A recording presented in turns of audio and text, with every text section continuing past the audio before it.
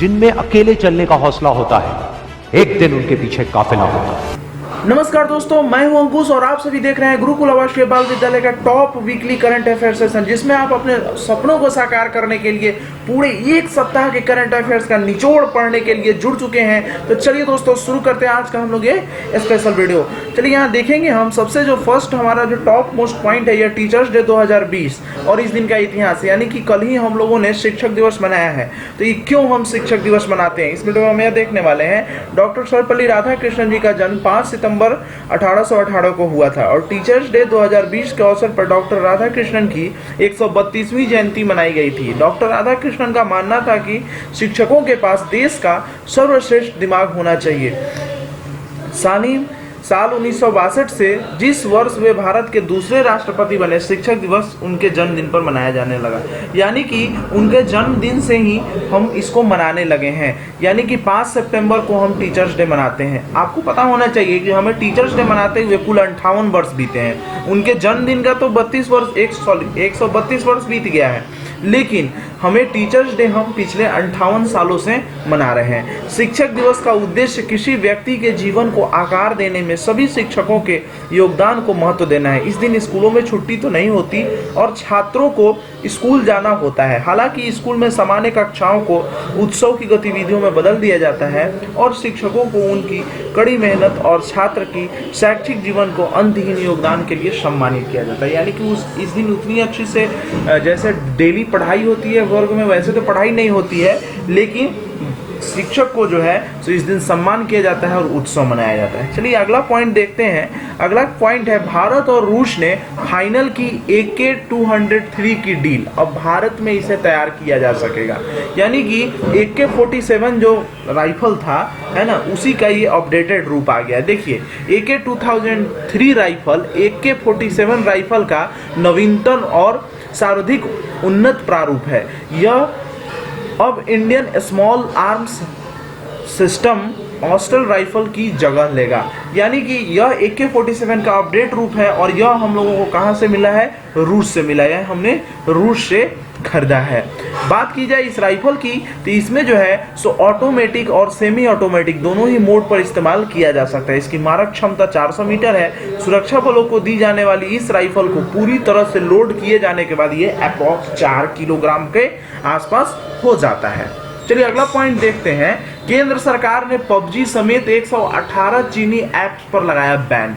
यानी कि PUBG बहुत ही फेमस गेम है, वीडियो गेम है, इस पर भी बैन लग चुका है। पहले बार तो चीनी ऐप्स में बैन लगाया गया था, लेकिन PUBG बैन नहीं था। और PUBG पर भी बैन लगा दिया गया और उसके साथ साथ 118 चीनी ऐप्स पर भी बैन लगाया गया है। देखिए मैं स्क्रीन पर दिखा दे रहा हूँ, आप एक बार देख लेंगे एक नज़र कि इसमें कौन कौन से ऐप हैं। बहुत बड़े ऐपों को भी इसमें बंद किया गया है। PUBG वैसे ठीक ही है, इसमें बच्चों का बहुत ज़्यादा टाइम वेस्ट होता था और वे पढ़ाई नहीं कर पाते थे, है ना।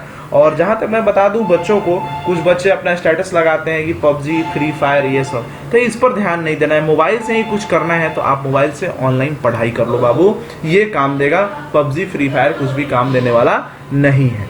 चलिए तो इसमें देखिए सरकार द्वारा इस बार चीन की ऐप पर प्रतिबंध लगाया गया। उसमें PUBG के साथ साथ लिविक, वीचैट, है ना, वर्क और WeChat reading, AppLock, carrom friends जैसे मोबाइल ऐप, बड़े ऐप शामिल हैं। ठीक है, अब मैं बात करूं कि इसके पहले जो है सो जब से सीमा विवाद हुआ है तब से लेकर अभी तक कुल मिलाकर 224 चीनी ऐप्स बंद कर दिए गए हैं। यानी कि लगभग 224 चीनी ऐप बंद हो गए हैं। आप सोच रहे होंगे कि चलिए हम इसमें बताएंगे कि PUBG के लिए कौन सा गेम अच्छा है, ऐसा कुछ भी है। ऐसा कुछ नहीं है, कोई गेम अच्छा नहीं होता है, कोई भी वीडियो गेम अच्छा नहीं होता है।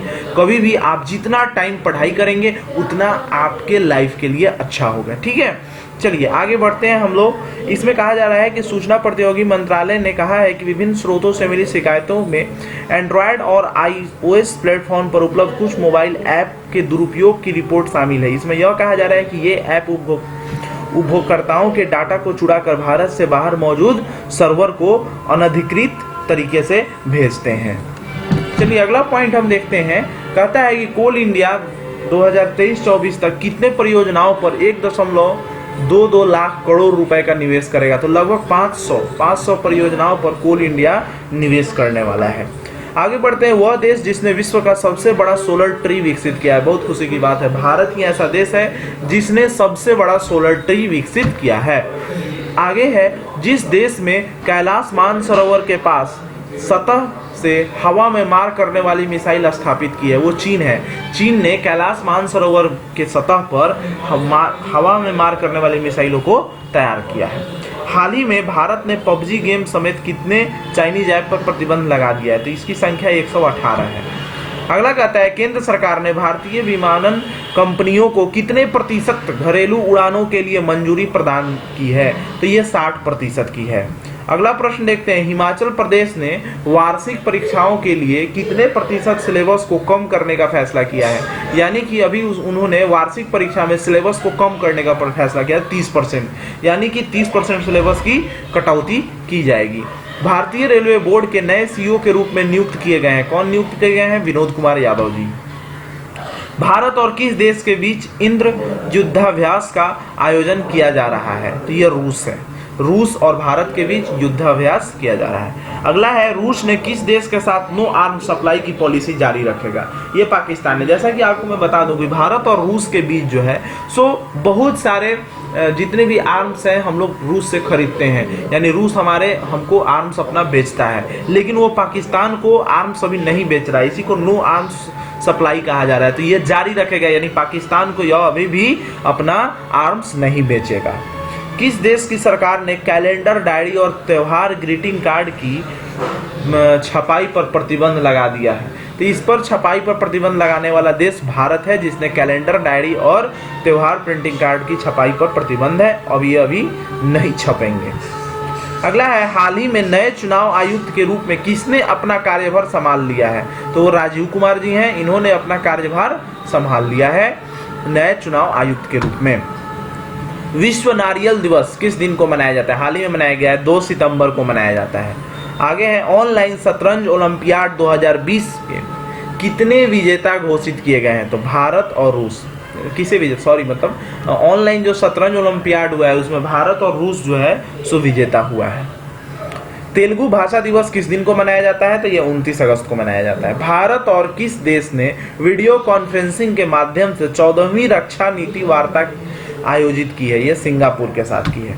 तो चलिए दोस्तों, आज का हम लोग का सेशन यहीं पर खत्म होता है। इसमें हम सीखें पूरे टॉप जो कि परीक्षा में आने वाले जनरल नॉलेज के क्वेश्चंस हैं, उनकी जानकारियों को हमने ले लिया है। फिर हम मिलेंगे अगले सप्ताह, अगले संडे को पूरे टॉप मोस्ट करंट अफेयर्स का कलेक्शन लेकर। तो दोस्तों, खूब पढ़िए, अपने सपनों को साकार कीजिए, खूब जनरल नॉलेज पढ़िए, क्योंकि यही आधा से ज्यादा क्वेश्चंस इससे होते हैं हर प्रतियोगिता परीक्षा में। आप यूपीएससी से लेकर और एनटीपीसी तक देख सकते हैं, सिलेबस एक बार उठाकर देखिए। चलिए दोस्तों, यहीं पर हमारा सेशन खत्म होता है। अगर आपको यह वीडियो अच्छा लगा तो लाइक कीजिए, दोस्तों के पास शेयर कीजिए और अपने विचारों को कमेंट में जरूर करके बताइए। चैनल पे नए हैं तो सब्सक्राइब कर लीजिए। धन्यवाद।